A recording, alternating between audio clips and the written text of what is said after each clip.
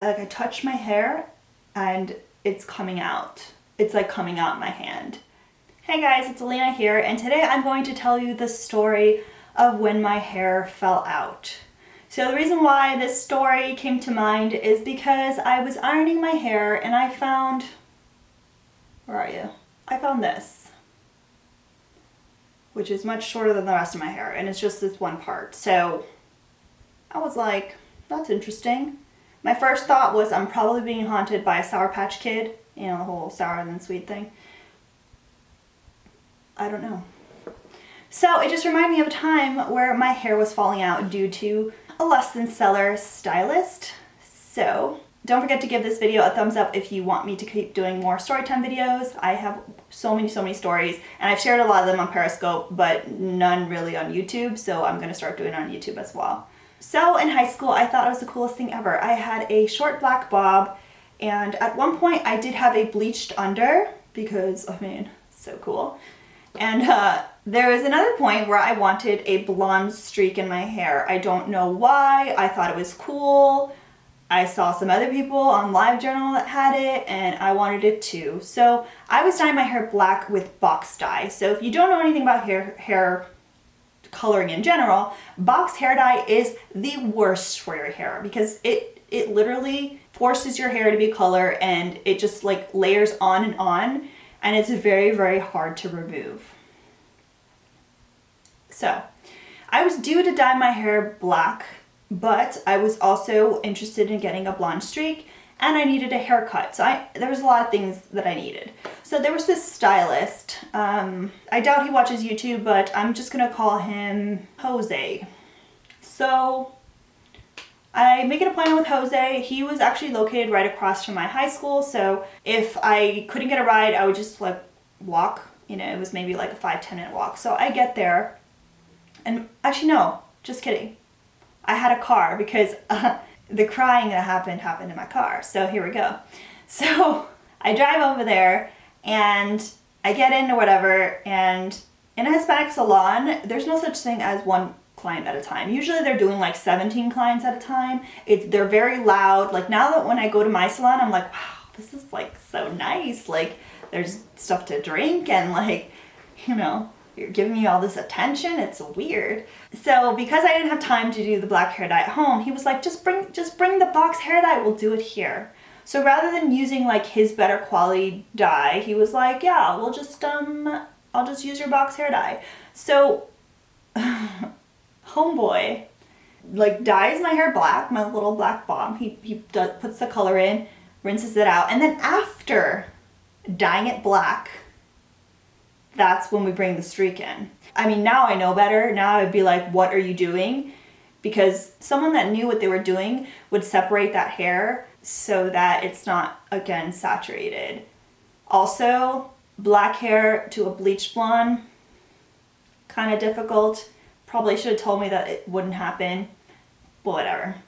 So my hair is black, whatever, and he puts the bleach in, and he puts like foil around or whatever, and I'm just sitting in the chair and just whatever. I think I had cell phone at the time, so I was just on my cell phone texting people and all that. And you know, he would keep coming back and checking, oh, it's not ready yet, and keep coming back and checking, oh, it's not ready yet. And then he's like, I don't know if he said, oh my God, but he's like, I mean, this of course is all in Spanish. It's like, we gotta rinse it out. So he rinses it out, and then he puts like dollops of conditioner. And he tells me not to wash out the conditioner for a few hours because my hair is very delicate right now. And I was like, okay, all right. So, you know, I leave or whatever. I have a class because I was taking college classes alongside my high school classes. So I drove to the college, and I look in the mirror, like my car mirror, and I touch my hair and it's coming out. It's like coming out in my hand. And I call my mom, and I'm like hysterical. So to this day, when I go to the hair salon and I call my mom afterwards, she's literally waiting for this to happen. Because I've had so many bad hair experiences that like when she gets a phone call while I'm at the hair salon or afterwards, she's like literally like, what happened? What's wrong? I'm hysterical. And my thing is like, I hate to like deal with confrontation, especially like in the service industry like that, because I know mistakes happen and like I feel bad, and I know that no one would like purposely, or most people wouldn't purposely do something to harm me or make me feel ugly or whatever.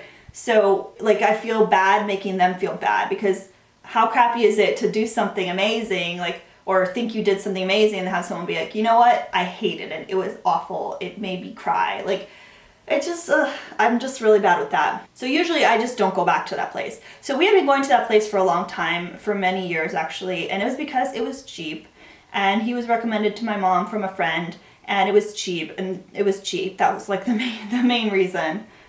It was cheap, but it wasn't like Supercuts cheap. It was like a little half step above Supercuts. I drove all the way to the college, and I was hysterically crying, and I just like, I couldn't go to class. I was literally bawling my eyes out because it was on the top of my head. Like, it's one thing if it was anywhere else, I could be like, whatever. But the top of my head, so here I'm imagining this big bald spot when, of course, I thought I was so cool. Like, I was like, how am I gonna cover this in my MySpace photos? Like, this is the best MySpace angle, so like, how am I gonna do this?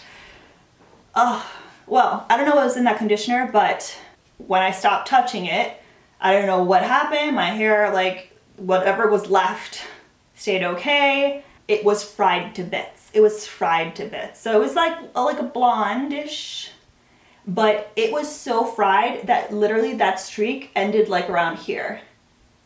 And you could tell the ends were just like cut off from being fried. Needless to say, I never went back. Didn't go back to that place ever again, and didn't do any more radical bleaching like this. And honestly, like, if you watch my like hair like video, like when I changed my hair to purple, that is why I was so scared to go a crazy color, because of that experience. I thought that whenever you bleach your hair, that's what happens. Like, it was such a bad experience. So that's why I was so like wanting to talk to a stylist. And when she told me like, okay, you're not gonna be able to go to lavender because you're box hair dye, I respected that and I appreciated that. And that's really what that guy should have done. He should have been like, no. Also, like, what hairstylist would ever use box dye if someone brought it to them? It should be beneath like a properly trained stylist. They should be like, no, like, I don't feel comfortable using that. I'm not used to that like stuff, whatever. Ugh.